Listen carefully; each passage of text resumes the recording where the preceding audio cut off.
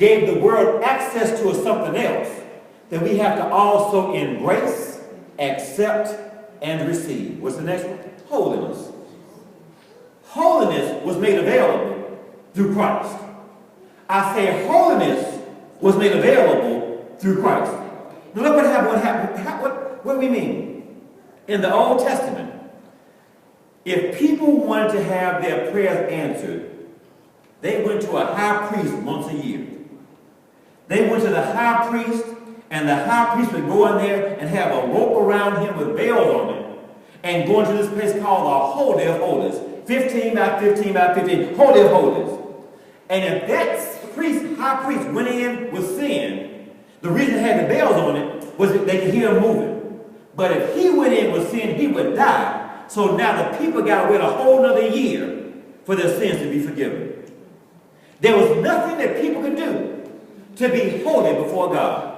Sacrificing animals didn't make them holy before God, because they had to keep on doing it over and over and over again. So you know what, let me be clear about this idea of holiness. Let's talk about this for a moment. So when we talk about holiness, most of us grew up thinking holiness means perfect. Yep.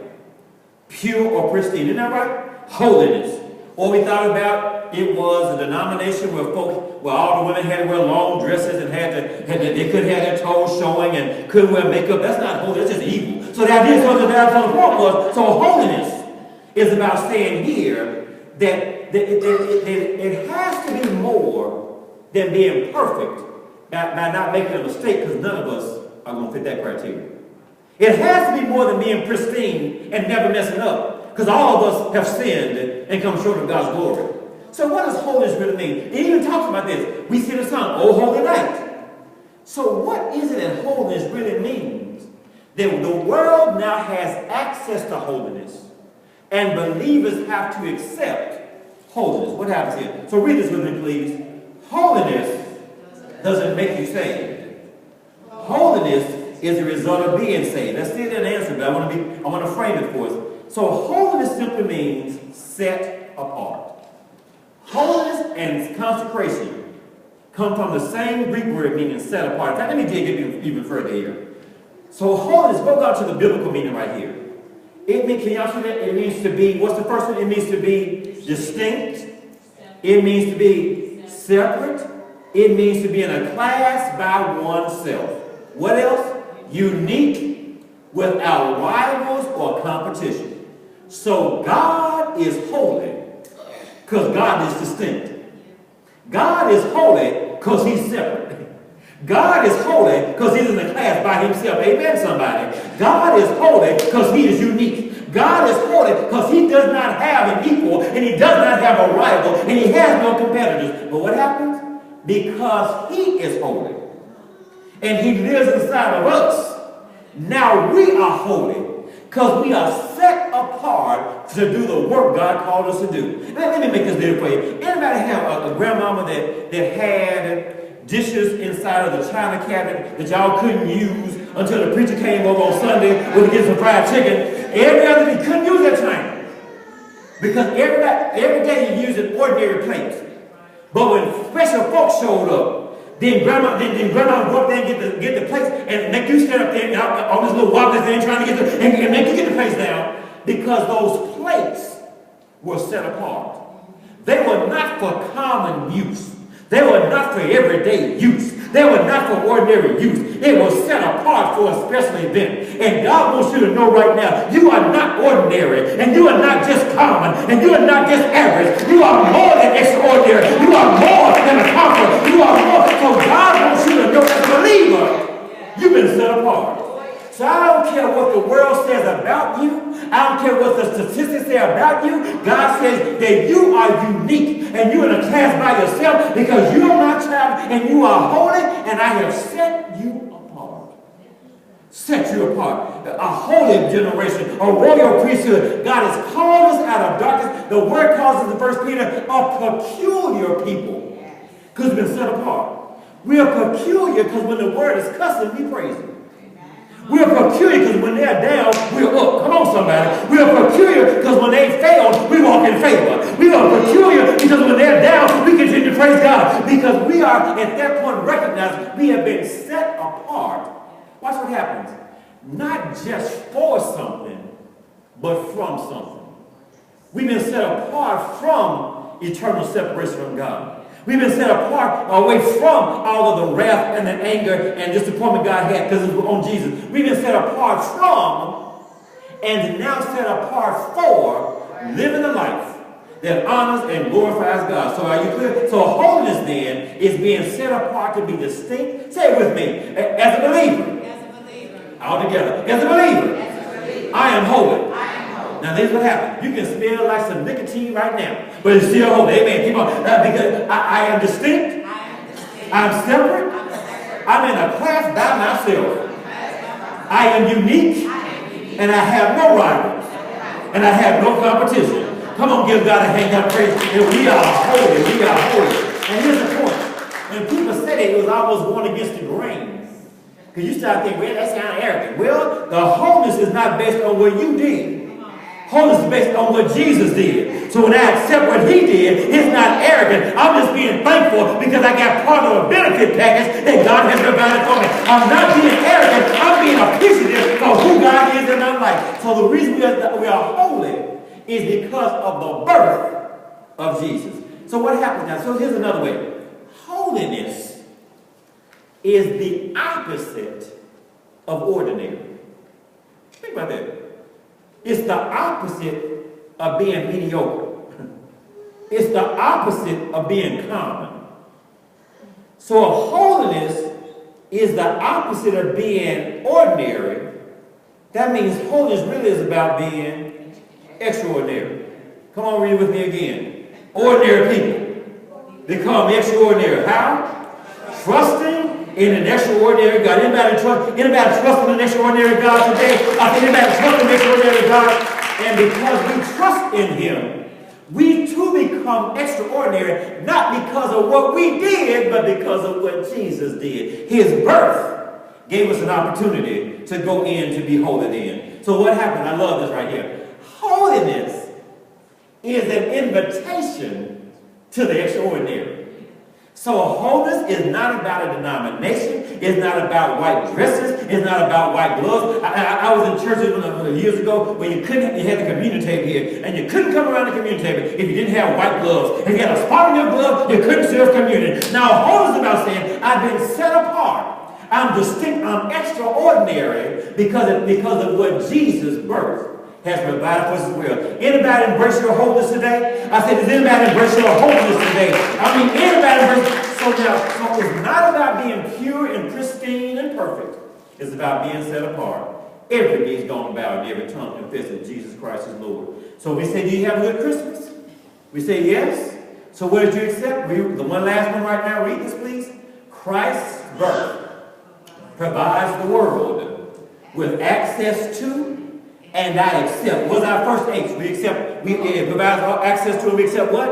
Hope. What's the next one? Holiness. But watch this last one here. Because of Christ's birth. Because of Christ. Let me say it before we even get to this next one.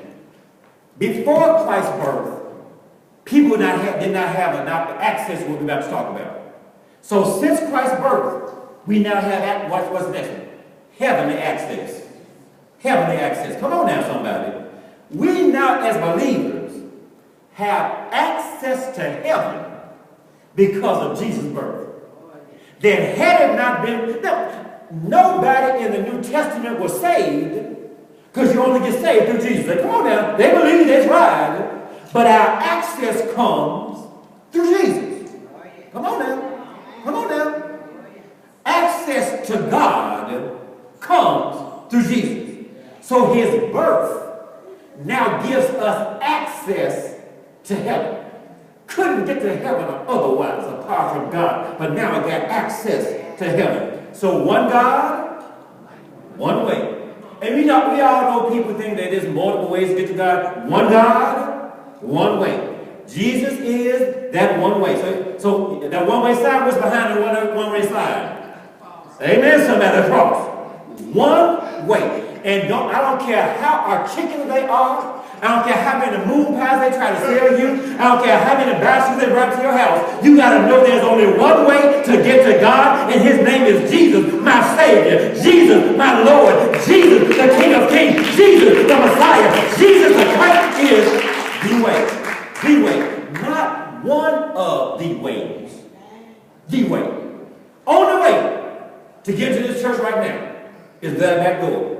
This one's locked. I'm just going to bust in. But I mean, one way. And some people trying to bust into heaven. And Jesus said, no, I'm the way. Look right here. So now, women, y'all gonna like this because y'all say we don't ask for directions. That's a whole other story. This took me on this part right here. So the lady says, I told you to ask for directions. The man says, but I thought all roads lead to God. Got to the dead end, couldn't go any further, because the only bridge to get to God is who? Jesus. Come on now. Who is it? Jesus. Who is it? Jesus. Who is it? Jesus. Please give God one more hand clap of praise for Jesus. So what happened we now have? So we now have, the world has access to, and we accept, what was our first H? Hope. Next one? Holiness. And then lastly, heavenly access. So Jesus said in John 14, he was so clear in John 14:6. Read this with me, please. Jesus says, I am the way, the truth, and the life. No man cometh unto the Father, but by me. Jesus, our greatest gift. Can you give God another hand clap of praise for Jesus being our greatest gift here? So I want to just talk just for a moment now before we go in. I want to give you one last part before we get ready to finish up. So this best celebration of Jesus' birth ever, our position determines our perspective. How many of us would agree, if you had a car, if somebody looked at the front of the car, and somebody looked at it from the side, somebody looked at it from the back, and somebody looked at it from the rear, would they all be looking at the same car? Yes. Would they all see the same thing? No. Why? Different perspective. Their position determines what? Perspective. So where they are positioned will determine the perspective. If somebody said, draw what you see, nobody would draw the same thing because based on where they were, they saw something differently. In this case right here, same person right here, but 12 different angles of the same person. Our position determines our perspective. Why are we talking about this? Because now let me ask you about this. How many of us have ever seen this manger scene in some form or another like this manger scene? How many of us have ever seen Christmas cards like this before? How many of us have sent cards? Okay. So let's get now. I'm just want to point some things out. Our perspective. What does it say again? Our position determines what? So where I stand will determine what I see. If we don't stand in the same place, we will see something differently based on where our position. Ain't that right? Isn't that right? So here's what we say. So I want to just talk about this. I want you to tell me, basically, if this scene is biblically accurate. First of all, how many of us say this scene is straight out the Bible? Raise your hand high. It's straight out the Bible. It's biblically accurate. It's absolutely correct. So let me look around everybody else. Saw some hands going to go like, oh, she raised her hand. No, preach is not. I don't know why, but it's not. So let's be clear. So how do we rightly divide the word of truth? And how do we go back in? Now why are we talking about this idea about our position determining our perspective? Because we got, how many gospels are there? 4. Every gospel had a different perspective. On Christmas, if there are 15 people at a gathering, everybody would write something a little different about the same gathering, right? Because they all saw it from their perspective. So the Gospels don't contradict each other. They all are written from their own perspective. So what are we talking about here? So these are called synoptic Gospels. Read the last one right here. Synoptic means what? Seeing with the same eye. So we have these, they are synoptic Gospels. They saw the same scenario, but from a different angle. So if you read one and you see something in one book that's not in the other gospel, it doesn't mean the Bible is contradicting itself. It just means they're writing from their own angle. Does that make sense what I'm saying? So they wrote from their own angle. So somebody will see a part